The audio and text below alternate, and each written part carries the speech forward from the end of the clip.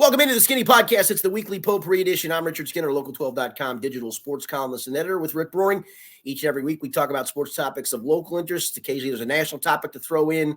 In football season, we've got a betting segment. But this time of year, we don't. Thank God I didn't bet on the NCAA tournament. My picks in a pick game were just disastrous. And, of course, my favorite part of the podcast where you can ask me a question on any topic. Just hit up the X first, hashtag Ask Skinny Anything. Rick, we're recording this on a Wednesday where the Reds are about to finish their first technically full week of baseball, get a day off on Thursday. So we got some Reds to get to, certainly some college basketball to get to, and much, much more. Yeah, we'll start with the Reds. They are 3-2 overall since opening day last week. They're coming off a 9-4 loss on Tuesday night that has generated some buzz, Skinny. In that game, Elly De La Cruz committed a pair of errors that proved costly. He has 3 errors through the first 5 games. He actually was credited with a 3rd error in that game that was later changed, I believe. He also overslid the base on Saturday that cost the Reds an out. So far, he's 5 for 20 at the plate with 1 walk and 10 strikeouts.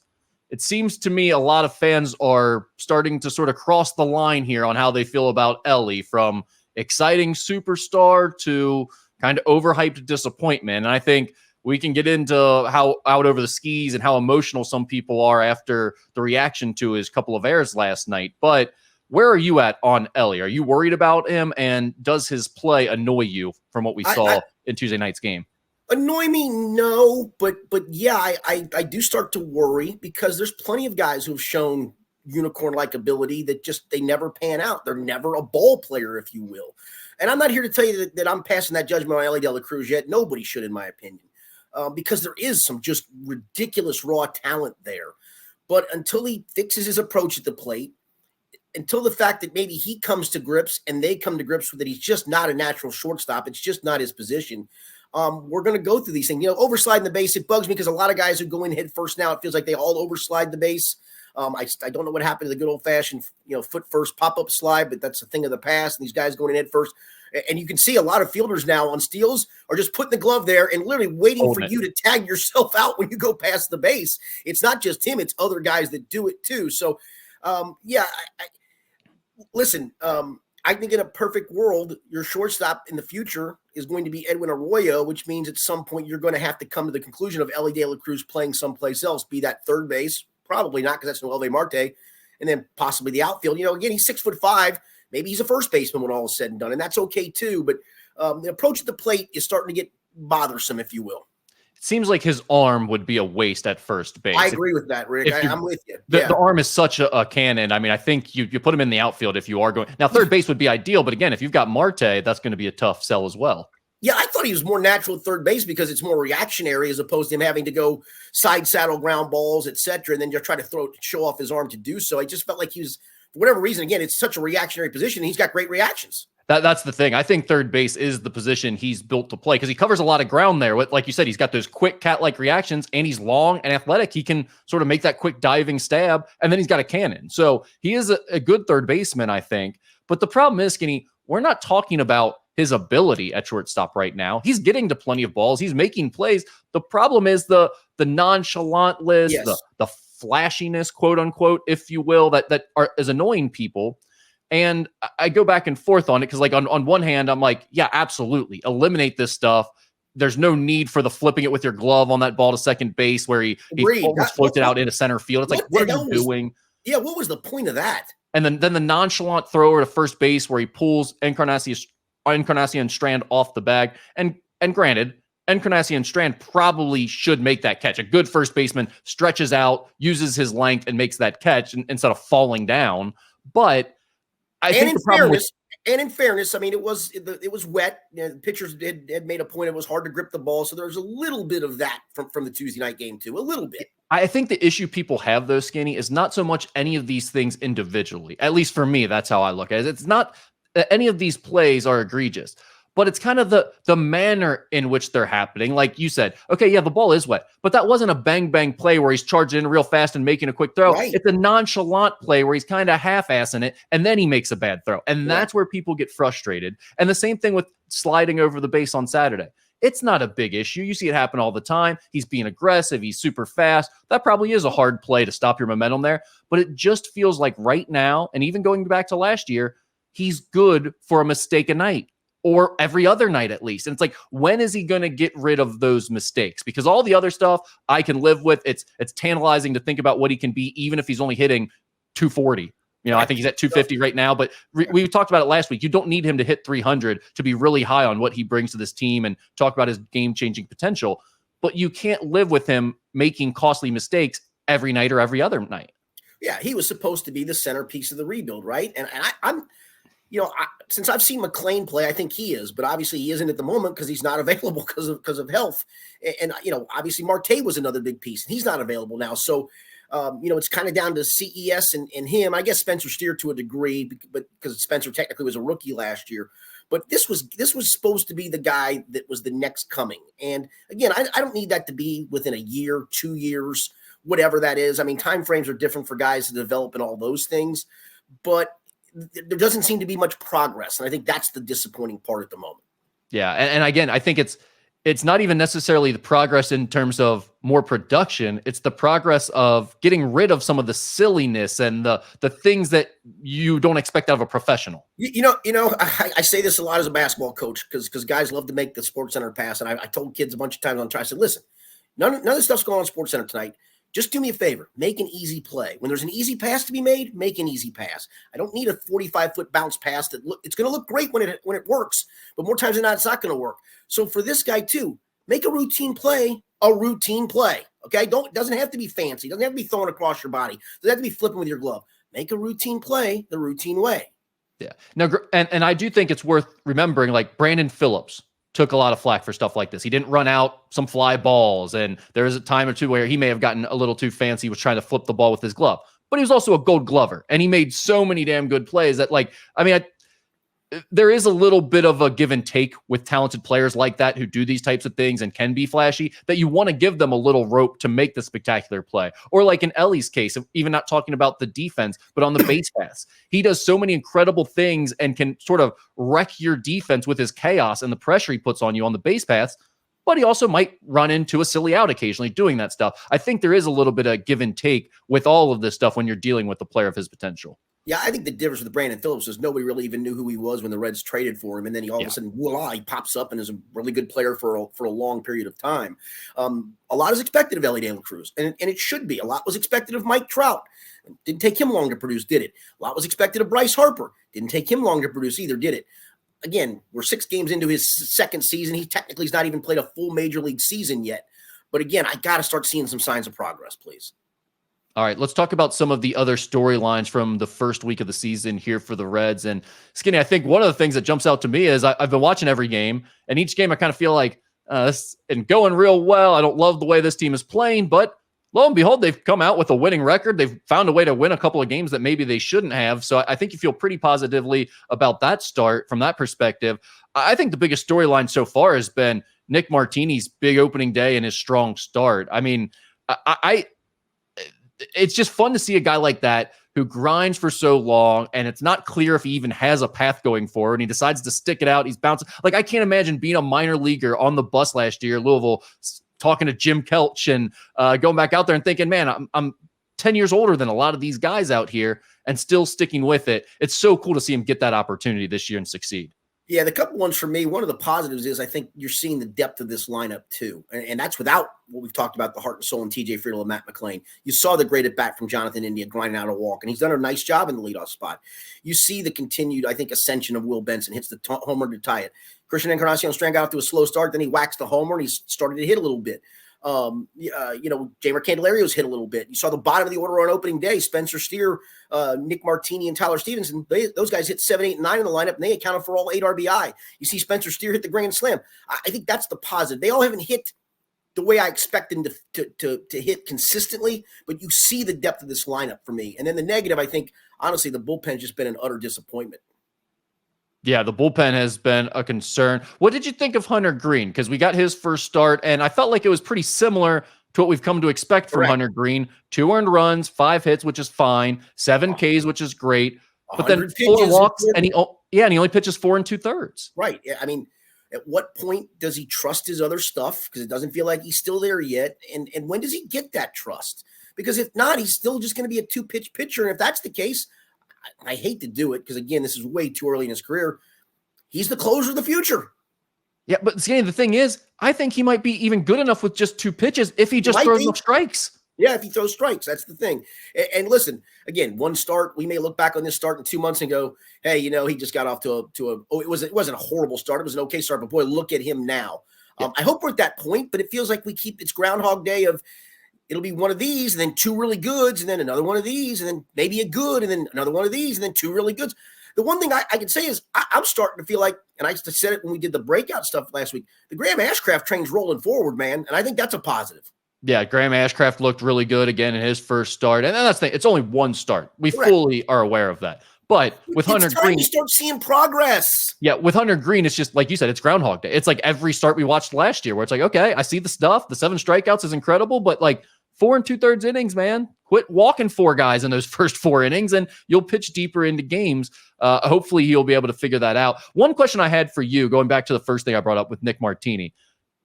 I know, I get it. Arguing about lineups is dumb. I don't enjoy this, but just from a sports guy perspective, Skinny, when you see a guy have a day like Nick Martini did on opening day, do you not as a coach start that guy the next game? I have a major issue with sitting that guy out the next game because lo and behold, he came up with a big hit in that game too when you pinch hit him late. It's like when a guy's hot, he's hot. Play him. But it was Patrick Corbin. I think it was lefty, and I think he just looks at it. I do not carry 2 home runs the game before. Listen, I got, off the top of my head, I don't know what his career splits are. There isn't a large sample size for his career splits, but I'm going to guess the analytics would have suggested he sits against the lefty. That's where the analytics drive me crazy. I agree with them for the most part, Skinny, but when a guy hits back-to-back home runs the day before, it was a day in between, but the game before, you let him be hot. Let a hot guy cook. Well, but have a little feel. I'll go this. I mean, he was able to come off the bench as a left-handed pinch hitter and hit the big 2-run double that day. So I think it worked out well for both. It let him play to his strength, and David Bell had a really nice left-handed bat to utilize in that game. Well, I did like him coming off the bench, but again, Skinny, if he hit the home run there, maybe he would have done it a few innings sooner. I just don't. When a guy is hot, you play him. That is just my feeling on the whole platoon thing. I get the analytics. All things equal, play the numbers. But also have a little feel. When a guy's smoking hot and he's got this momentum of opening day, he's this guy's been bouncing around. It's a big moment in his career. Let that guy cook. See if you can have the Jeremy Lin moment and let him run for half a season. Yeah, I just don't think that. I think all told, I think the right thing to do is he plays against righties. Period. End of story. I guess my point was like we've seen the Dietrichs of the world come through here. We know this might not last long for Nick Martini. Why not get the most out of him while you can? He is hot right now. That is my point. No, I'm not saying he's going to be a star going forward. But I think you played to his strength the next day, which was coming off the bench against a right-hander and providing a big pinch hit for them. And I think that's listen, I mean, if that plays to his strength and he has all the confidence in the world hitting against righties and doesn't lose confidence when he faces lefties because he can't hit them, I'm all for that then. Fair enough. Any other topics from the Reds' first week here that you want to discuss? No, and as we're recording this, they're actually playing the rubber game against Philly. And to your point, it doesn't feel like a clean start, but you win today, as again, we're doing this in the morning before the game. That's 2 series wins in a row, and one of them against a World Series contender. Again, it's not been clean. It's not been aesthetically great, but 4-2 and 2 series wins is a pretty good way to start this thing when we were all worried about, good God, were they going to get off to a 2-8 start? And it sure felt like it was heading in that direction late on Sunday, did it not? That's exactly. I couldn't have felt that way more, Skitty. We had just talked about it. I go, oh no, is this really going to be that way? And McLean being out really factors into my emotions right now so much because I was so high on him coming into the year that admittedly it's made me more pessimistic about how all this is going. And I'm probably 2 on the negative side right now when these games get off to a rocky start. But yeah, I mean, to your point, if they start 4-2 here, even 3-2, I'm very happy with right now. Yeah. If they start 4-2 here, and again, you're like, we don't know if they'll get McLean back at all this year, and he probably won't be a factor if they do. But if you get Lodolo back here in a week and you get a couple of these other guys rolling, if Friedel comes back and he's able to help you out, I mean, if they hold serve now, I think you can feel really good about this thing in a month. And I would say this too, the Nick Martini start, and again, it could just have been those 2 games and he goes over his next 20, even against right-handers. I don't know that. The one thing it does, it buys you time for TJ Friedel to come back. When he comes back, then it gives you that rotation of Fraley can DH as a lefty, maybe one day Will Benson DHs as the lefty. It just gives you so much more flexibility. But if Martini can at least continue to hold his own, he's going to buy you time and give you a nice bridge to the Friedel situation coming back. All right, let's switch gears to college basketball, Skinny. The Final Four is on Saturday night. NC State and Purdue will tip it off at 6:09 p.m., and Alabama will take on UConn at 8:49. Both of those games can be seen on TBS and TNT. They're being simulcast on both stations. Skinny, what's your favorite part about these Final Four matchups that we're left with? The fact that we're back to playing through centers in the post. It's different. I mean, remember that had gone away, right? It was the big time. And here we are with they play through Burns. North Carolina State does, and he's fun to watch. I know great. It's cartoon characters to some degree, but he's really skilled for as big as he is. He really is. He's got a nice little baby hook to him. He's strong. He enjoys the game. You can tell how much fun he's having, and understand because they've been playing with house money since they made the damn tournament, for goodness sakes. And obviously, Edey's just people hate Edey, and I guess it's just because everybody hates the biggest guy on the floor because look how you're just big, dude. He's really good in there, and he gets the living daylights beat. I thought Tennessee beat the crap out of him. There could have been at least another dozen fouls called on him being guarded in the post. And he's just got such a nice touch. And I know he should. He's 7'4". Well, I've seen 7'4" before that can't play a lick. And then obviously, the stupidity of Illinois of, hey, let's try to go at the 7-footer one more time. Hey, you know what? It didn't work the whole first. Let's do it again. What was Brad Underwood's quote during that little halftime interview? If he blocks us 100 times, he blocks us 100 times. Okay. He did. Yeah, he sure did. And Alabama is just fun because they're just crazy offensively. So, Rick, we talked analytics, right? You're a big Ken Pom guy. And I know it's fluid since the tournament started. Numbers change a little bit. But remember before the tournament, I think we identified 5 teams that if you go back to 2002, fit Ken Pom analytics to win this whole thing. And they work hard. I mean, but it's funny to see that literally 2 of them are still standing.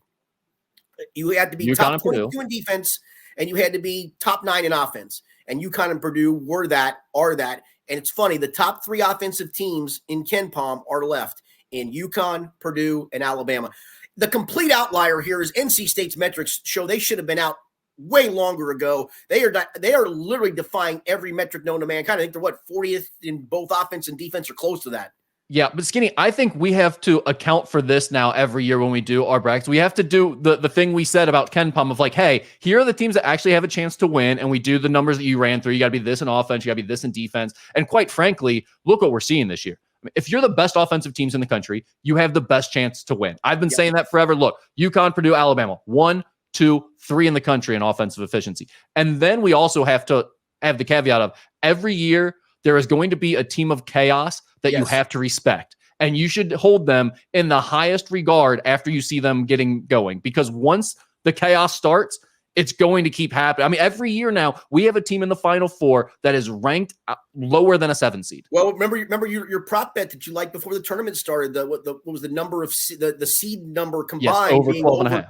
12.5, right? Yeah. Yeah. So we have 2 1 seeds, which that would make you go. If I told you 2 1 seeds are going to make it, you'd go up and go, I don't think I'm going to win my bet. You got a 4 seed, not a complete out, but then you got the outlier, the 11 pushes it over the total. Yep, and that's exactly why we said it was a good bet, because it's like even if you end up with 3 1 seeds, you still would have had the chance if you got the 11 seed in there. That's right. You know, I mean, so every year it feels like we get one of these NC State type teams to make their run, and it's been fun to watch. I don't think they have a chance to win it all, but they've been fun to get there. They have been fun to watch because it feels like whatever. I didn't watch it. Grant, I didn't watch them much in the regular season. I did watch them some in the ACC tournament. I stayed up that night that the dude makes the impossible 3 to force overtime against Virginia, and I think it was the semifinal round, and they go on to beat Virginia and then go on to win the tournament. But watching them pretty intently in this tournament, because you get locked into games, right? I don't know if their identity was always playing through Burns and locking down on defense, but they're really good defensively, and playing through him against really anything. Filipowski's long, and he just bullied him in that game. Now, I know he's younger, he's thinner and all those, but he's long, and Burns just bullied him in that Duke game. I'm sure Kevin Keats is thinking, he's the head coach of NC State. I'm sure he's thinking, why couldn't my guys defended like this all year? Right. Why couldn't I gotten this type of commitment and this type of energy and this type of toughness from my guys on the defensive end consistently throughout the regular season? Because if we had, we would have been a completely different team all year. But you're right. Defensively, they've been on it throughout the tournament. Yeah, I wonder, and I don't know the answer to this, I wonder what even going into the ACC tournament, what their Ken Pom metric was defensively. Yeah, I don't know. There's no way to look. Yeah. I mean, you can go back and look it up. I won't do that while we're here. But yeah, I mean, it was probably it's probably improved dramatically since the start of the tournament.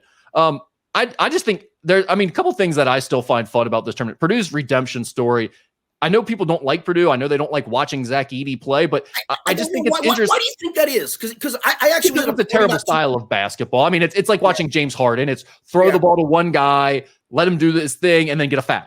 And that is hard to watch at times. But it's also, to your point, I don't understand the thing like Zach Edey isn't good.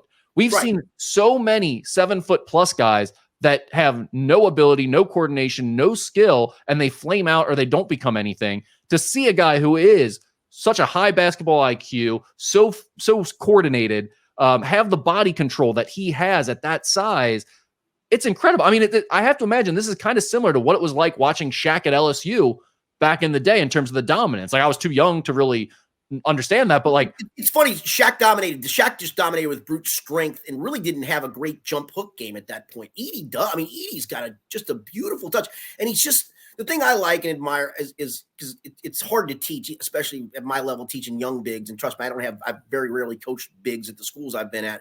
I've had a couple of them being patient, putting the ball on the floor when they catch it in the post, and kind of letting things clear out, letting things settle. Because as soon as you put it down, you've made a commitment of some kind.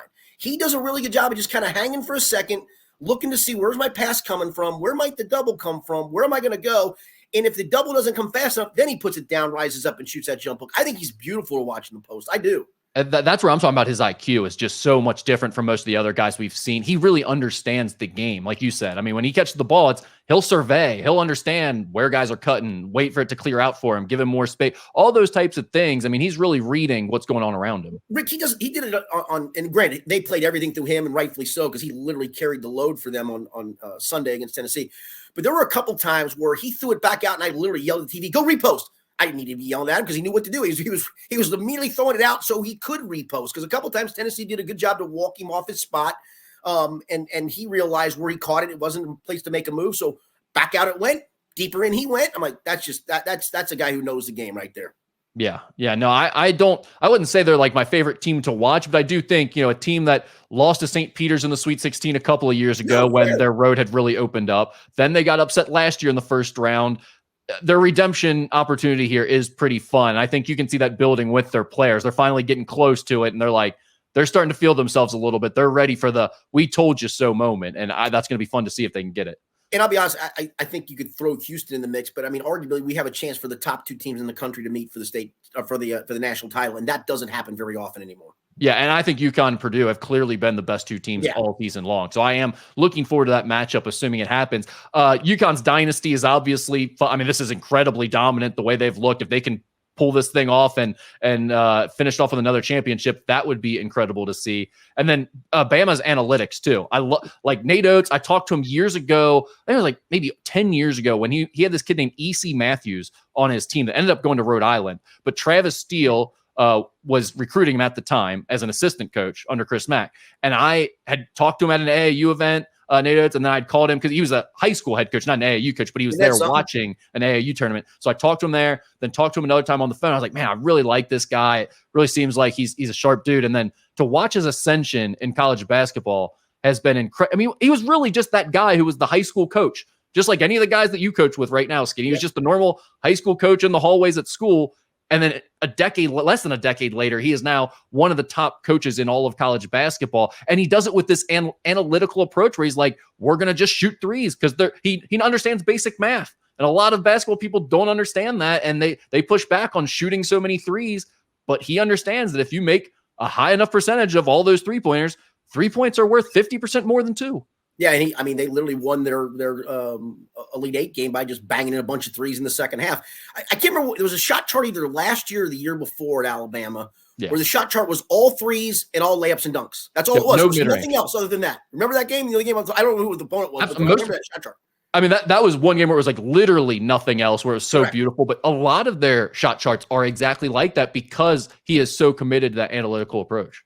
Yeah, they do, in my opinion, have maybe the best chance to beat UConn by just getting hot from 3-point range. They also have a chance to get run out of the building by 20 like UConn's done to everybody else. I mean, that run against Illinois was the most ridiculous thing I've ever watched. That was so men and boys. I literally had typed my boss, he was out at a hockey game, a Columbus Blue Jackets game, so he wasn't watching. I said, and he was asking me for a score update. I said, well, UConn, it was close at the half. They're on a 24-0 run. By the time I got done sending that text, it had already gone to 30 at that point. I'm like, I've never seen anything like that. My first year of calling NKU games, NKU went to UIC and had a 30-0 run in the second half of that game. Yeah. And at that time, I mean, I remember calling other friends in basketball and other coaches and stuff going, hey, just weird question for you. Have you ever seen a 30-0 run happen? Like, do you know if that exists? Like, because it was so absurd to watch in real time. And then seeing this, that was a Horizon League game against a really bad UIC team that was kind of falling. They weren't terrible at that time, but they were kind of falling apart a little bit.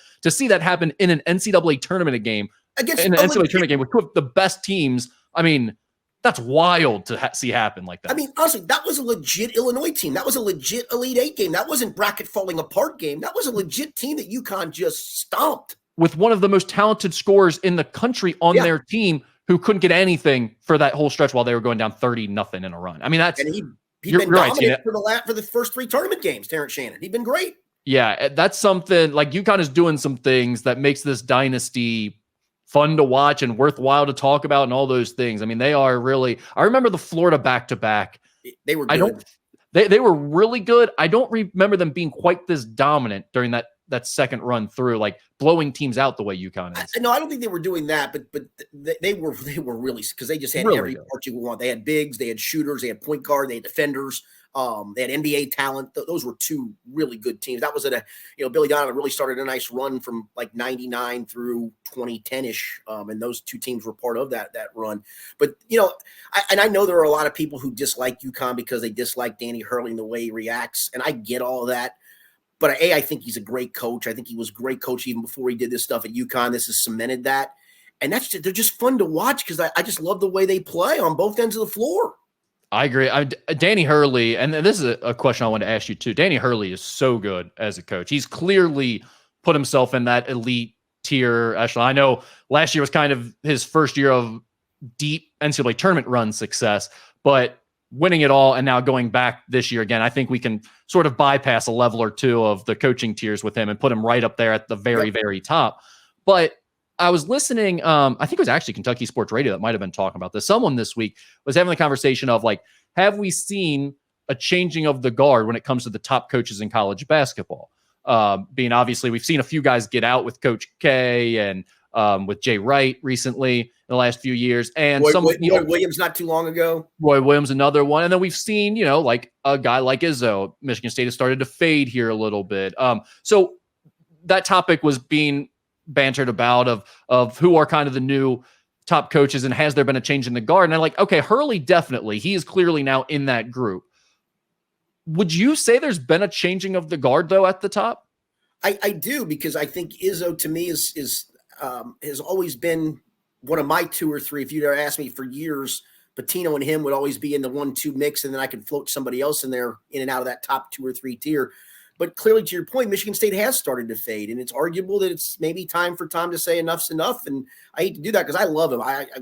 When I covered Michigan State Kentucky games, I don't like press conferences per se. I think they're they're not a waste of time. You're doing your job, but his were actually enjoyable because there was a give and take. There was banter. He tried to answer questions honestly, and I don't know. I just respected him for that, but I also respected the way his teams always played. So yeah, I do think to your point. I think this was kind of I don't know if he's in the upper tier. I don't know where we stopped that tier at top 5, top 10 or whatever. But Matt Painter's been a really good coach for a really long time. And I think this finally got him into that. Okay, he's proving it now. Yeah. So like that's where I was at when I started trying to think about this a little bit. I was like, I don't know that it's so much a changing of the guard as the old guard is kind of left. The old guard is starting to vacate the premises, and we're kind of looking around going, okay, who's up next? I'll be honest, I don't think there's been a real change in the guard. I think Hurley and Oates are the 2 names that have kind of come up from the lower levels and kind of risen up to become elite coaches. But then after that, I think if we're talking about the top coaches in college basketball right now, it's going to include Bill Self is still obviously in that mix at Kansas, and he's been in that group for a long time. I would agree with you on Painter, but Painter to me is a guy that's kind of been knocking at that door forever. He's such an experienced coach. I don't know that I put him as a changing of the guard moment. It's kind of more that's he's gotten over the hump a little bit. And it's kind of one of the last men standing here. And then aside from that, it's Scott Drew, Bruce Pearl, mean, like maybe Rick Barnes is kind of like having a resurgence here because he's hung on long enough. I mean, think about the guys that were in the tournament late this year that we're talking about here. Kelvin Sampson is as good as it gets right now, but again, he's 70 years old. I mean, right. Yeah, but I mean, even to your point with Rick Barnes and Mark Few for sure. I mean, the consistency of what they've done, I think puts him in that mix for sure. But I mean, to your point on like a Bruce Pearl, I think Bruce is a really good coach.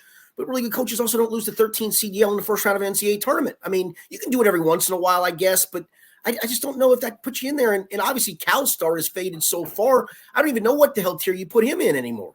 Yeah, exactly. So, I mean, I guess it's a weird conversation to have because I kind of agree with the idea that, like, oh, yeah, we've seen some of the top names leave, the real top names leave, and some of the other guys may be fading a little bit. It might be past their prime, or the new way of the NIL and transfer portal doing business has kind of put them behind the eight ball a little bit all of a sudden. But I don't know that we've really seen a bunch of new names kind of rise up. And again, when we start talking about like who's going to take a Kentucky job if it opens, that's hard to figure out who that would be right now because I don't see a clear-cut answer. If you went to their message board after when did Auburn play? They played on that Friday, right? Yeah, I think Auburn's Friday. Yeah. We watched the game. The game was right. Yeah.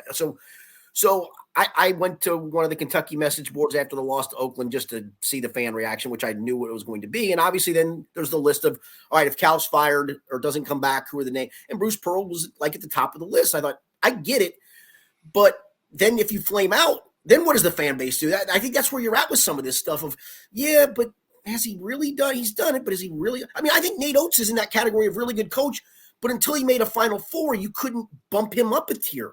Well, and Nate Oates is a guy like Hurley clearly is now elite in my opinion. But Nate Oates is a guy that like I would still have, like I love him. I think I'd probably have him in my group of top coaches. But if anyone else wants to argue, like, I don't know if he's done enough to be considered in that top group yet, I would probably agree with him. I'd be like, yeah, okay, that's probably fair. So I guess that was more of my thing is it hasn't been as much of like these new or younger coaches rising to the top as it has been like, there's been a lot of guys who've hung around for a while. And since some of the top guys have either fallen off or gotten out, they've sort of had their moment here for a couple of years, it seems like. But I don't know that we've really seen a new guard come in, so to speak.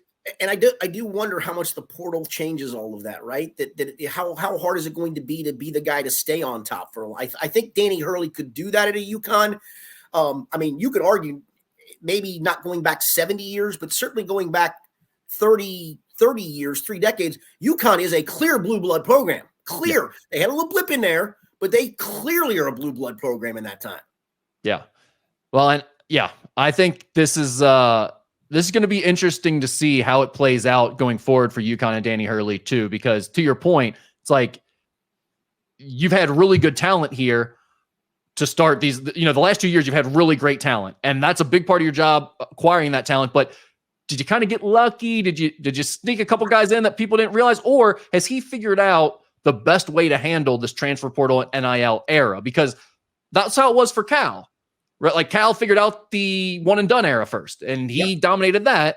Has Hurley figured out the new era first, or did he just have the right talent at the right time? I'll be honest with you. I mean, the roster construction's been really good, right? You got two good athletic guards. And again, this is easier to me saying this than it was probably done. 2 great athletic guards, a good size 4, a 7-foot+ center who can do things on both ends of the floor, a slasher, a kid off the bench who jumps out of the gym, another guy who can shoot it. I mean, it feels like their roster is constructed perfectly. Yeah, and they've had a nice blend. That's the one thing when you try to look at, okay, so how have they done it?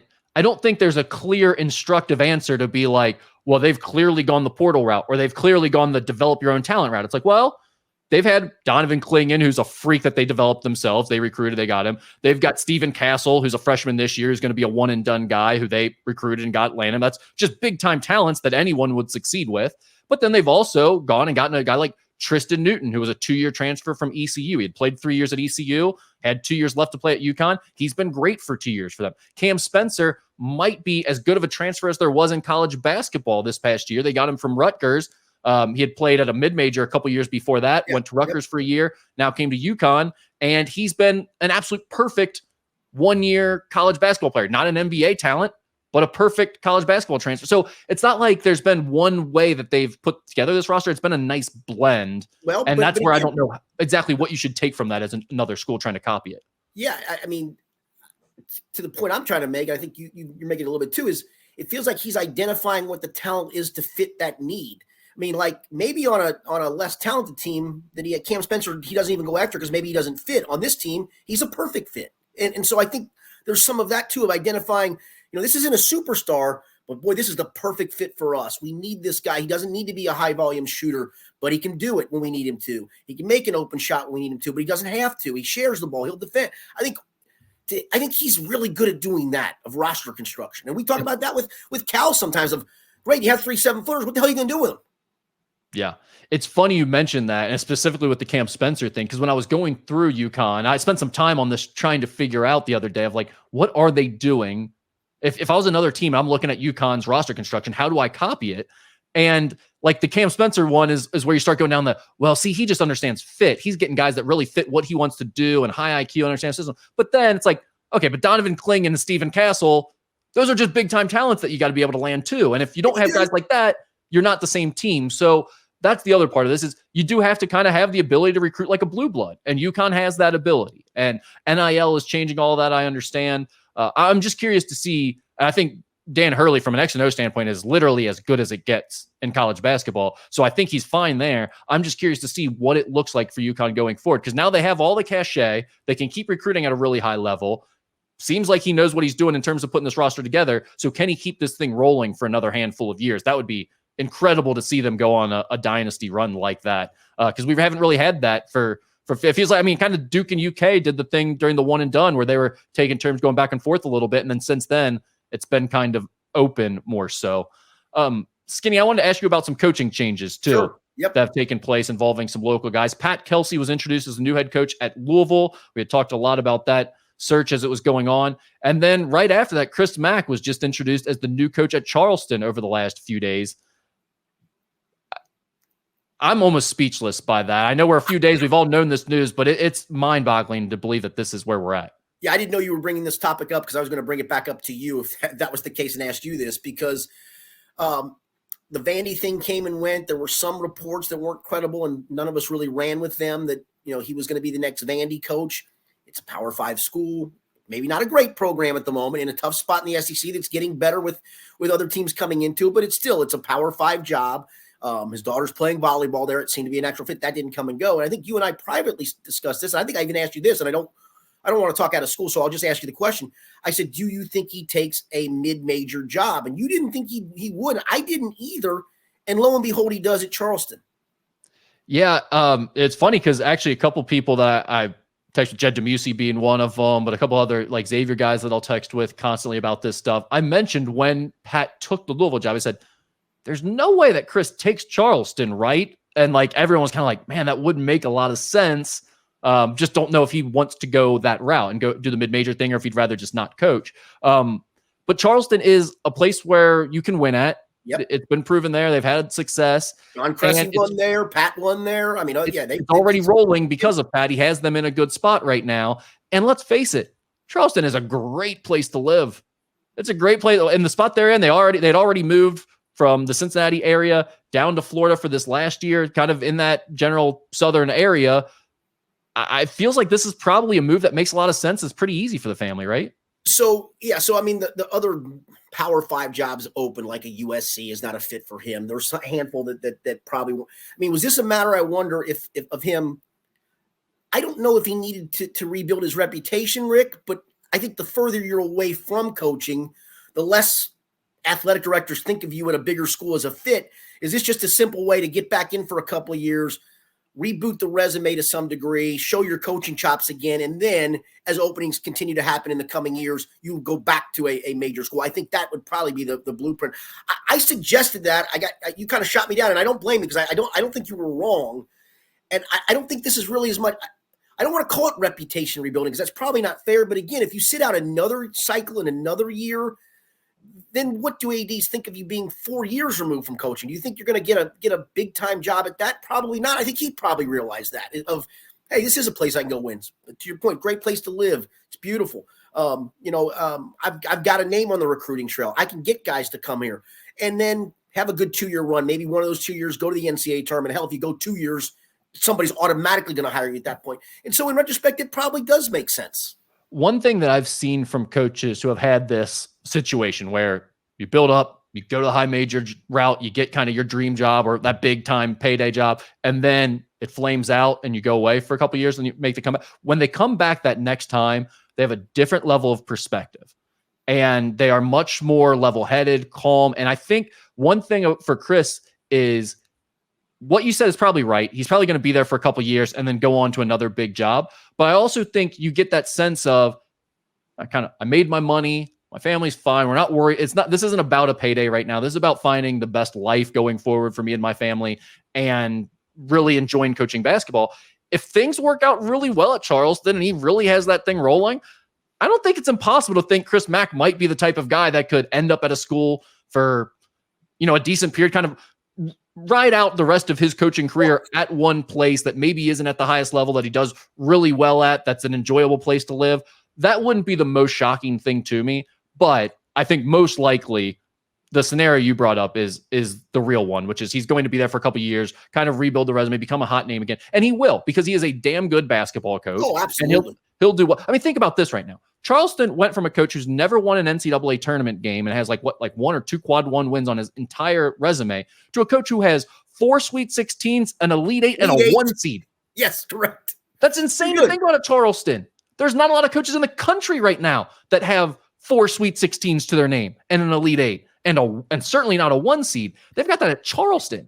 And took Louisville to the number 1 ranking in the country at one point. Yeah. And by the way, go back right now. Just do it real quick because everyone likes to think oh yeah, it got real bad there at Louisville for Chris at the end. Go back and go look at what happened those last 2 seasons. To think that they ran a guy out over the record that he had in those last 2 seasons compared to what they just went through the last 2 years. It's insane. I mean, it wasn't even that bad of a spot. Like, I know there are some few things behind the scenes that had gotten weird with all the Dito stuff and the Eric Wood video that came out. There are like some things that weren't going great for him there. But overall, like in terms of overall basketball, the success, it wasn't a disaster at all. So I really don't think there's like a big reputation cleanup or that he needs to prove himself in a big way. But I think that is what's kind of happening here. Yeah, I go back to that. That's why I said I don't know if it's a reputation. I just think, again, if you sit out for another cycle, at what point do ADs simply go, no? I mean, you need to get back in and at least show your coaching chops a little bit. And maybe for him, too, like I said, it's a chance to go back and coach in a winnable situation. And then if that next offer comes knocking, go ahead and take it for the reasons of maybe not the money. The money's always a big part of it, but a chance to then go build something and build maybe a national championship team at some other place. Because I think it will happen because to your point, he is a really good basketball coach. And again, I don't think this is the worst thing. I think initially, to your point, it was a bit of a shocker because it felt like, really? But then if you start to cut through it all of what major jobs are open at the moment and what would be fits for him at the moment, there just really aren't any at the moment. Yeah, I think a lot of people felt that St. Louis job might be one that would be perfect. But I think that's the Indiana State guys to have as soon as their season's over. And unfortunately for St. Louis at the moment, his season isn't over. Yeah, that seems to be the plan there. And Josh Schertz is a great get for them. I think that's a really good hire. But that was the type of job where I think people were saying, okay, it's not high major, but they're trying to treat it like high major. They've got good NIL funding. They're a legit chance to win. That maybe he would take a job like that. I think Charleston is maybe not quite that same level as St. Louis, but it's a similar concept of like a school that understands success, that is hungry for success, that wants to do well. Like you could go to Vandy and that might be it. You might coach there for 3-4 years, flame out, and that's the end of your career now at that point. Or you just really go to a low level place after that. You go to Charleston, you're probably going to have some level of success. That means your career can continue kind of as long as you want it to after that. Agreed. Real quick, Pat Kelsey, Skinny, what do you think of Pat Kelsey to Louisville? This is such a let me say this because we've talked about it a few times and I keep bringing up. We talked about it with football with Mark Stoops. I think coaches or athletic directors and universities are going to start making more inexpensive hires and flushing those coaches with NIL money. And I now think Pat Kelsey is the second time we've seen that in this coaching carousel. The first was Ohio State keeping their interim coach with Jake Diebler, just saying, let's not pay a bunch of money for a buyout. Let's give him whatever we have to pay him and give him as much NIL money as possible from our donors and see how he does. And I think that's kind of what's happened here with Pat Kelsey at Louisville. From an X and O standpoint and motivational standpoint, Rick, most guys who coach can do it. You can plug them in a lot of places and do it. Exactly. I mean, honestly, I hate to say it that way. It's true. Because I mean, like I told you, I think I'm a really good coach. And so I don't know where I could wind up if I got plugged into some place and how I would do. I just know that there's not a lot of difference between these guys. Now there is as far as roster building goes, and as far as being able to recruit, and those that do it clearly are exceptional at doing that. But just from the pure day in, day out grind, everybody's almost all the same. They really and truly are. You run some different stuff, etc. And some guys are a little bit better at X's and O's and some in-game adjustments. But I think dime a dozen is not the right word. But to your point, I don't think you need the name anymore. And Pat's got a nice resume. And the thing is, he did it at 2 places. And so that to me shows he can coach. Plug him in, he can coach. Now you're plugging him into a better situation. Now he does have to be able to recruit at that high level. He's kind of done it to a degree at Xavier, but he's not the earmark of that program. It was Chris. But he's proven from just an X and O standpoint, he can go win games. And so to your point, do I need a $7 million guy that can do that when I can use the NIL money, no matter who the guy is? And this guy's just as good a coach or what? I think that's the route we're going to start seeing, to your point. Well, and the big key there it's not just that we have to pay the guy $7 million, it's that we have to go get someone who has a $15 million buyout. Right. Then we've got to pay him $7 million. And then we have a huge buyout for that guy if he's not the guy in 2 or 3 years. And in the new transfer portal NIL era, you're going to be turning over coaches quicker because you're having to ask for so much NIL money from your donors. Yep. So they're not going to just continue to give you NIL money for a coach that's not getting it done. So you're going to have to turn it over quicker. So I think that the thing is now, quit worrying about the giant buyouts. Go get a coach that's younger, an up-and-comer, or an assistant that's already in your situation that you can just promote, and then give them as much NIL money as possible. And then if 2 or 3 years it doesn't work out, move on to the next cheap guy. Because eventually you'll hit on the up-and-comer that knows how to do it and can put your roster together properly. Correct. And I think that's exactly the point of it, for sure. Yeah.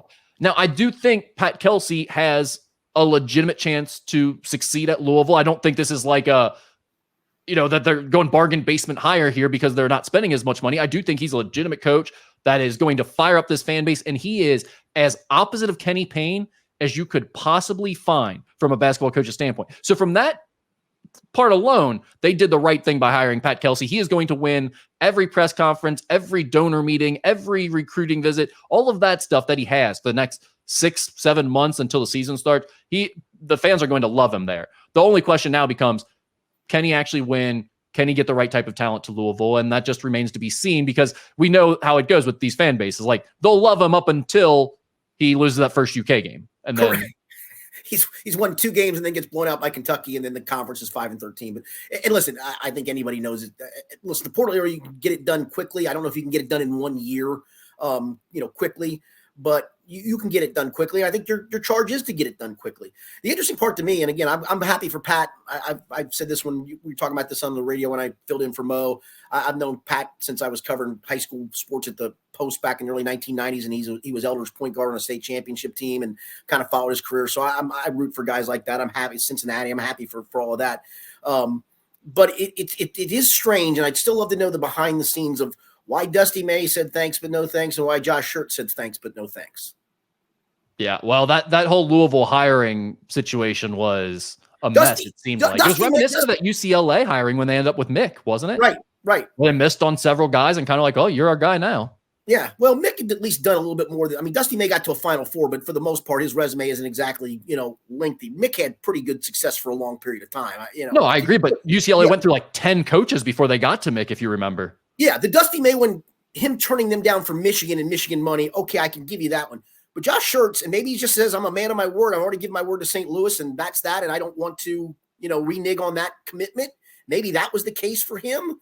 But I find that hard to believe. I do too. So, again, Dusty May saying no, and I'm going to Michigan, I'll give you that. I can see that. That's a little tit for tat. Louisville's probably has more lineage in basketball, but probably financially it's the same. And I think it's been proven you can win at Michigan. Several coaches have done it. It's not just a coach here and there. Several coaches have won at Michigan and won big at Michigan.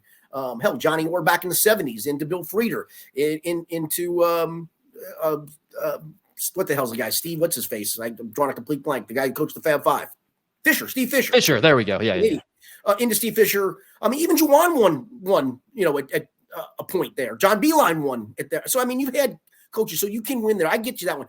But to say no to Louisville because you're going to St. Louis makes me go, what? Yeah, it's you just want to know, is it really just like the basketball rebuild that we all understand, or is there more behind the scenes that we don't get that has turned that place into a disaster? Because at one point, and when I say one point, we're talking like literally 5 years ago, Louisville would have been talked about as one of the top 3 to 5 jobs in the country. Easily. Yeah. All right, real quick, Skinny. We'll go through some of the local teams. The transfer portal is churning. It's been the talk of local college basketball fans. So let's just give a quick update. And I'll kind of read where teams are at right now, what's happening in the transfer portal. You can kind of give your thoughts. We'll talk about them briefly. We'll start with Cincinnati Bearcats. So far, all we know is Victor Locken has entered the portal, and Jizzle James has announced that he will be back, which is massive news for the Bearcats. Yeah, I think that's the biggest part of that. Listen, this was probably a time for Victor to break away. The way things ended, the way the fan base reacted to him. I know you could say, hey, he could reinvent himself as back to being a 5, and let's make him the main. No, this was the right thing for him to do, and probably the right thing for UC. I think he proved in the Big 12 he just wasn't a great fit, and it'd be interesting to see where he lands, because I don't think in a major conference. I think the same thing's going to happen to him. I think he's going to get pushed around, and he's just not going to be a stretch 4. And I think this was the best thing for all parties, and certainly the Jizzle James news is huge for them. They needed him back. I mean, you made the point last week. Skillings, Lukosius, that's a nice place to start to build your roster for next season. Yeah, and getting him back was everything, and not just because of what it means for your roster next season, but what it means for Wes Miller, his vision, and how he's building this stuff. If you're going to say, like, we can recruit guys like Jizzle James, well, you can't have him for 1 year and then see him leave after he actually looked like he's going to be a player. So keeping a guy like him around and building your program around a true talent like him is huge for Wes Miller and his vision here. And and it's not just like, it wasn't like a kind of maybe I'll be back thing. It's like Edgar and James is posting pictures on Instagram with Chad Dollar down in Miami. So I think you're in a pretty good situation right now if you're a UC fan and can feel good about Edgar and James. Jizzle James. The Victor Locken thing, Skinny, I just think it's funny that now it feels so obvious for these UC people that he was leaving and he wasn't a fit. Yet midway through the season, when we were talking about why is he still playing, why are there 2 big men in there, we were getting ridiculed by UC media people, or at least one of them, and Wes Miller, who were acting like people were crazy for thinking you shouldn't be playing Victor Locken or shouldn't be starting 2 bigs together. And lo and behold, the last half of the year, he couldn't get off the bench, and now he's leaving and couldn't possibly play for a Big 12 program. I think that's a little interesting. Yeah, like I said, I just don't know where he goes, because I don't know what Power 5 league or power. I mean, the Big East isn't a Power 5 league because of football, but you know what I'm talking about. What power league, if you will, can he honestly play against front lines? Yeah, no, it's just funny because we always see, and I agree for the most part. Like, coaches see these guys every day in practice. They know who has the best chance to succeed and all of that. But that Victor Locken thing, we were sitting there all year being like, this makes absolutely no sense. And finally, they got on that same page eventually. Yeah, and it didn't help again that your 2 5s, literally one could play on one end, one could play on the other, and they couldn't play on the. And so you were literally a mess at 2 spots for a chunk of that. That's what I'm most interested to see for Cincinnati is what do they do at that center position with Aziz and Jamil? Do those 2 guys leave? Do one of them leave? Do you bring in? How much front court help do you bring in? You have to bring in a more complete player. You have to. You would think. And then whichever the other one stays. There's my defensive guy if Aziz is the one that stays, or there's my, 2 minutes to the next media timeout offensive threat that I can put in. That Jamil Reynolds gets me 10 minutes, 12 minutes a game, and so be I you have to bring in a better 5, and that's way easier said than done. Yeah. All right, Xavier, Davion McKnight is coming back. He's the only player that has said publicly that he will be back next season. Obviously, they're expecting a few others to return as well. But they've had 7 players enter the transfer portal. Lazar Djokovic, Abu Usman, Gitas Namiksha, Sasha Shani, Kashi Enze, Cam Kraft, and Reed Ducharme are all in the transfer portal. They have also landed a transfer. Furman's Marcus Foster, a 6'4", 200-pound wing, shooter, rebounder, really long wingspan, has been added to the mix at Xavier. Yeah, the guys that left, were you high on Enzi? Which one? You were high on one of those guys. I can't remember which. Lazar Djokovic and Kachi Enze, I felt both had a lot of potential for different reasons. Djokovic, very skilled, a lot of potential on the offensive end. Enzi was more just like had what Xavier lacked last year, which was toughness, athleticism, and rebounding. He was just raw in terms of his basketball IQ. Yeah, but I mean, none of those guys move the needle. I think McKnight coming back, adding Foster, assuming Desmond comes back, I think that's a pretty safe assumption. Again, much like the UC situation, if that's the case, it's a pretty good place to start. You got the Powell kid coming from Centerville, I think can give you something right away. It's not going to probably be 10 points per game right away, but I think can give you something. Swain, another year of development for him. The potential of Jerome Hunter and Fremantle back adding the mix. Again, that's a pretty good place to start. And then add another shooter, add another slasher, probably add another big. You got yourself maybe a pretty good roster ready to go win some games next year. Yeah, I would feel really good about Zach Fremantle, Desmond Claude, and Davion McKnight, and even Dalen Swain, if I'm definitely sure Zach Fremantle is going to be Zach Fremantle again. And if I'm definitely sure Desmond Claude is going to be back, which... Well, you cocked your head when I said that. There are a lot of rumors out there, man, and I don't think anything is done yet. I think if he was going to enter the transfer portal, you would think he'd already be in there. But he's from that Connecticut area, and there's one big program that is still playing the NCAA tournament that he might be waiting on. And there have been rumors out there for so long that I just, in the transfer portal era, Skinny, I don't think anything, when a guy hasn't said it publicly, I don't think anything is set in stone, because it only takes one conversation of, hey, we can offer you more, to get a guy to change his mind and jump into the portal. And it's not like they need a long time to make a decision. It can be one conversation of, we can give you this if you jump in the portal today. Then you're in the portal and you can commit them next day. I mean, it's not a thing that you need a lot of time to make happen. So I would still be worried if I was a Xavier fan about getting this roster to back. And then in terms of all the guys that are leaving, I wouldn't be really worried about any of them leaving. None of them were difference makers. None of them looked like they were going to be impact players necessarily next year. The problem is you have to have a roster for next year. And I don't know that you can bank on getting better players at all these positions through the transfer portal. So I would be concerned if I was a Xavier fan about what next year's roster is going to look like and how it all comes together. Just saying we have the transfer portal in the next 3 weeks to make it happen doesn't give me a lot of faith necessarily. I need to see those results. I know he's not a great shooter, but what about backup scoring guard Marquez Warwick? He's a guy that they have looked at. I think the problem with the fit there is Sean Miller's big project for this year. The big theme of this whole transfer portal is get bigger, tougher, better rebounder, more defensive minded. And they got that with Foster. I mean, that dude averaged 7.5 rebounds a game. And I know he's at 6'4" in that league. You're capable of doing those things, but it does show he's got a willingness to rebound and he looks like a man. Yeah, they went out and like they need shooting. They got a guy who shot 36% as a sophomore and a junior, only shot 29% from three last year in Foster, but he has the things you're talking about, the wingspan, the rebounding, and so defense is a little inconsistent, but the rebounding and the toughness and strength and size is definitely there. With Marquez, he's like 6'1", 6'2"-ish, not a defender, not a rebounder. I just don't know if he fits what they're looking for. I think they have a couple other guys. Dante Maddox from Toledo is really kind of one of the guys that they're in there after right now. Well, I know you're going through each team, and I'll fast forward to Kentucky with Adu Thiero being in the portal because that would seem to be a potential fit for Xavier, right? I mean, he considered them. He was a different player then. He was a 6'3" guard who's grown into a 6'8" wing. Again, not a great scorer, but a terrific defender. And I think he's a potential low double digit score if he gets the minutes necessary for that. It would be interesting though. I mean, does Kentucky from an NIL perspective look at a guy like him and go, because he actually left the door open in his letter saying I'm entering the portal, that he would consider coming back to Kentucky.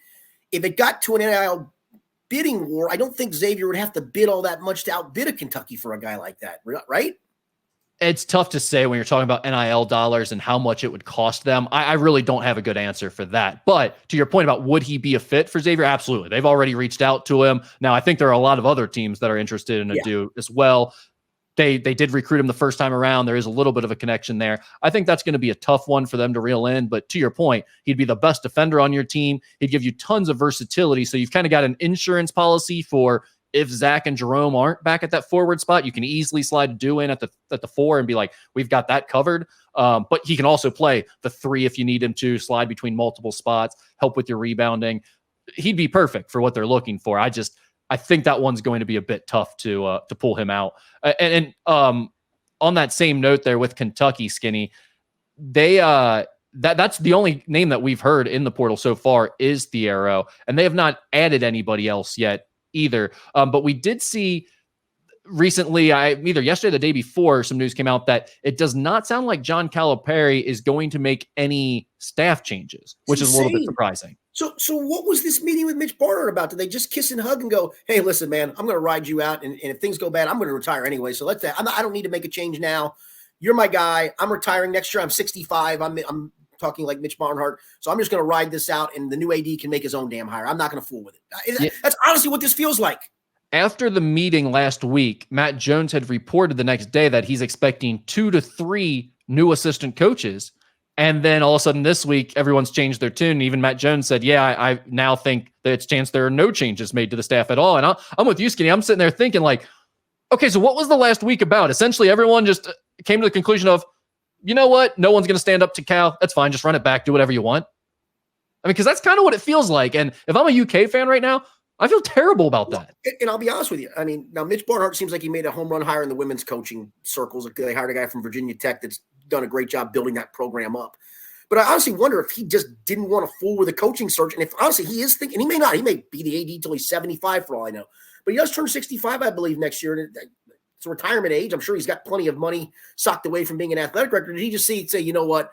I only got a year left to do this. That's all I want to do anyway. And why the hell do I want to go through a whole coaching search? I'll let the new AD do it. Yeah, he already had to do the women's coaching search, right? Like right. He was that was clearly out of necessity. I mean, Kyrie Elsie had to go. I mean, that was clearly out of necessity. Yeah, but he was like, "Look, I've already got one to do this year. I'm leaving next year anyway. I'm just going to get this women's thing done, and then someone else can handle the men's thing next year." I mean, listen, that'd be funny if that's true. I know the Kentucky fans who have said I've given up. Not me personally. That they've given up on the program, and they're not going to come back till Cal's gone.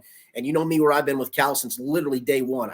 I just don't like him, and it's gone way more haywire than I thought it was going to go. But at this point, absence is going to make the heart grow fonder for fans who said, I'm not going to watch a game. Yeah, you will. You'll watch.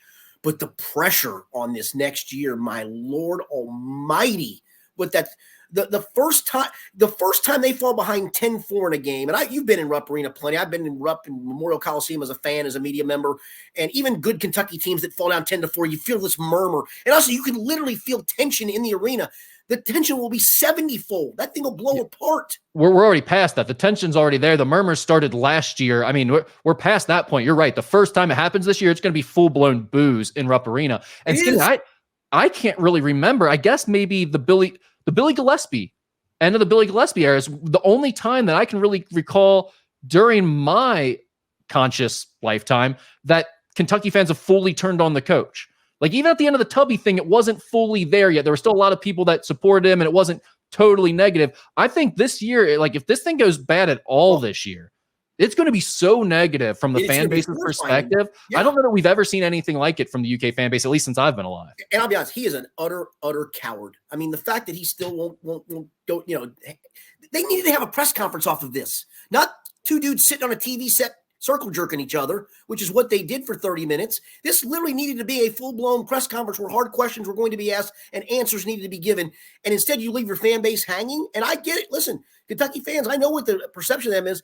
This time around, they're going to be right in their reaction to all of this. I agree with you. It's the first year that I've always thought like Kentucky fans are crazy. Kentucky fans are crazy. They're so lucky to have Cal. Who else are they going to get? This is the first year where I've kind of flipped them. Okay, I think it's ran its course. I think the UK fans are right. I get where they're coming from. And every other blue blood program over the last few years has made a Final Four, Skinny. Yeah. UK is the only one that hasn't over the last few years. So it's no longer just you guys are crazy. It's hard to do this thing. It's like, no, if you're really a blue blood program, which UK definitely is, you should have been back by now. And you've had the seed line and or the bracket you've been in fall apart. Do you know that this game on the North Carolina State would have been Kentucky's opponent in the Sweet 16, I believe it would have been? I mean, there you go. I mean, the bracket fell apart for you again. The bracket fell apart the year you lost to Kansas State, and I know P.J. Washington missed 1 billion free throws, and you can't shoot free throws for them. I do get that, but the bracket fell apart, and you still couldn't do it. Yep. All right, NKU, Skinny. Marquez Warwick has entered the portal, but Trey Robinson announced that he is coming back for a fifth season at NKU. That a little bit. Yeah, we talked about that a little bit. That's a nice comeback. You get it. And again, I don't know what Sam Vincent's going to be like from a health perspective, but he's back to the roster too. That's two good keep-arounds. Well, let's think about this. Just from the end of last year, LJ Wells was really coming on as a starter at the forward spot. He's expected to be back in theory. I think there may be a few other guys that may leave, but all of the other guys, it sounds like, are coming back for the most part. I think Trey will be the only public announcement, but LJ Wells, Keena Tijere at the center spot, healthy. Sam Vincent, like you said. Then you got Trey Robinson and Randall Pettis coming back too. Like, look around the Horizon League right now. Pretty much anyone that was on the first or second team is in the transfer portal from the end of the year. So all the stars are leaving for the most part. And NKU is bringing back a pretty strong core. And yes, you lost Marquez Worth, the school's all-time leading scorer. I understand that's a huge, huge loss. But I mean, looking at this core, they could be in a pretty darn good spot next year. Rick, you follow way more than I do. I have cursory knowledge of the portal. The kid from Milwaukee who entered it was like BJ Freeman. Yeah. Isn't his name associated with Kentucky? Yeah, Kentucky is after him. In fact, a lot of people think that might be where he ends up. Yeah. Okay. Yeah. To your point, that's a pretty big loss for a team in the league. Every team in the league has at least one of their top players, if not multiple top players, entering the port. But this is just the way the sport works, right? Now, if you show out, then you go capitalize on it and get paid six figures to go to the high major level. I mean, even Trey Townsend at Oakland has put his name in the portal today, and he's looking to capitalize on the run that Oakland made. So that's just the way of the world. But back to NKU, I mean, I think they've really, when you look at a lot of the mid-major teams and how much they have to rebuild their roster from year to year, if you bring back 4 or 5-ish starter-like players, we didn't even mention Jeremiah Israel, who played a lot of minutes as a freshman. Developmental guy there. I mean, you've got like 7 or 8 guys that we're talking about right now that are all. Hubie Pavorius was injured all of last year. He's a shooter that you add back into the mix. That's experience. Add a Victor Locken. Hey, nothing's out of the realm of possibility right now. I do think the one thing they have to do is the same thing they've done each of the last 2 years. And it's not easy, but they've done a good job of it. They have to go find a point guard that's plug and play, fill in, start at the one right away. Now, maybe Sam Vincent becomes your point guard, or maybe Randall Pettis slides to the point guard next year. But ideally, I think you have to go find a plug and play point guard that can start just like Michael did last year, and just like Xavier did the year before that. So I think that's going to be the real challenge. And I think the Division II transfer ups have worked out well for them. I'd say just go down, find the best Division II point guard you can, and see if it works out again for you 3 years in a row. For sure. All right, Skinny, we have been going for a long time. We have some Bengals topics here to get to. None of them are really pressing or time sensitive. Should we just pass these on to next week, maybe? We can pass those on to next week. That's fine. Okay. All right, we'll wrap it up with a few. We'll have literally one college basketball game and a little portal to talk about next week. Exactly. So we'll get back into the Bengals talk next week. None of this stuff is too important here, but we do have some things to get to that we'll get your opinion on. But ask Skinny anything for this week. We'll wrap it up here. Will Zach Taylor win a Super Bowl in Cincinnati, Skinny? I'm going to say, I'm going to flip a coin on that. And it's not really aimed at him. It's just how damn hard the AFC is at the moment. And at what point then where you're battling Kansas City and Baltimore and Buffalo, although Buffalo had to lose a lot of guys to free agency, but you still got Josh Allen and other teams are getting better, how hard that road becomes as time goes on. And yeah, the window's still there for Joe Burrow. And yeah, it's still a really good roster. But boy, that's a tough. I'm going to say yes. I do say yes. Over under 10 more years for Zach Taylor in Cincinnati. If he wins a Super Bowl, I'd go over 10 years. If he wins a Super Bowl in that span, easily. He'll be here for as long as he wants. For a dude who at that point in his career, if he'd done nothing else, would have won a Super Bowl, gone to a Super Bowl, and gone to another AFC championship game in a 12-year window, pretty damn good. Oh, no doubt. But if you're guessing, would you say he'll be here for you're saying he will win a Super Bowl, so I guess you would think he would be here for 10 more years. Yeah. All right. Who is your favorite NFL player that's not a current or former Cincinnati Bengal? My favorite. This is going to be old school. Go look him up. Brian Sipe of the Cleveland Browns, the Cardiac Kids, the Cardiac Browns. Brian Sipe led so many comebacks, and he was just a gunslinger from back in the early 80s. I don't know why I like Brian Sipe, but I like me some Brian Sipe. He looks like everyone's dad. Number 17 for the Browns. And shoulder pads are hilarious too. They are how big they are. It is fun to watch. It is the hip pads coming out of the pants. The hip pads coming out of the pants, and then the giant shoulder pads are hilarious to look at. I also like me some Dan Fouts with him wobbling back to pass and throwing flutter balls and somehow still being a Hall of Famer. All right. Taking resources out of the equation, who do you think is a better basketball coach, Pat Kelsey or Wes Miller? I'm going to go Pat because he's done it at multiple places. mean, Wes had some good success where he was. And again, in a one-bid league, it's hard to define a guy going to the NCAA tournament all the time. He went enough, I guess, Right. At Greensboro. But I think, Pat, you've done it at a couple of places. Like I said, I think that shows you can coach. And I think Wes can coach. I still question him putting together a roster. What is more likely to happen again? A coach lasting 40 plus years at the same Division I program without ever leaving, a la Greg Campy at Oakland, or B, a coach lasting 15 plus years at Kentucky, a la Calipari. This is actually sent to us last week, but we didn't get to it. That's a great question. I think Cal said it best, and I think he's right. The lifespan of a Kentucky coach is about 10 years, and he's lasted longer than that. And honestly, his lifespan had kind of burned out after 10 years. If you'd have stopped him at the 10-year window, Cal would be thought of extraordinarily fondly. I still think fans will look back at the Cal era when time comes and go, that was still a pretty good era. It didn't end very well, but it was still a pretty good era. Tubby, I thought, honestly, Tubby was a home run hire, and I think Tubby's a great coach, and it ended poorly, and it was trending in that direction. But Tubby lasted, in that 10-year window. Joby Hall even. And it felt like, because Joby Hall was kind of the coach when I was a young guy up through my college years, and it felt like he was there forever. Joby Hall took over in 73, 74 and got out in 1985. So he wasn't – so that span seems 15 years is probably too long. Yeah, I mean, I think that's legitimate about the Kentucky job. It just eats you up, and you either lose your mind, or everyone just gets annoyed with each other. They've rubbed each other the wrong way long enough. It's like, I just don't think there's too much pressure there. Because, and I think Cal's a victim of this too. Cal had such instantaneous success, won the national title, went to multiple Final Fours, that you took it for granted that that's what was always going to happen. Tubby won a championship in his first year. And it was, he did it with Rick's players. Well, He still was the coach that won the national championship. He still deserves credit for that. And then the bar was championship or bust. Tubby never missed a tournament. Tubby went to multiple Sweet 16s. He went to multiple Elite Eights. He never got to another Final Four. But by all standard of measure of success, he had really good success at Kentucky. But at some point, you were a victim of that success. And at the end, it burned everybody up, burned everybody out. Time to move on. I mean, dude went to Minnesota, for goodness sakes. No, I know. I mean, on his own. And Tubby's funny in that he's kind of like what you were talking about before, where people look back at Cal and think of it more fondly than they did right now.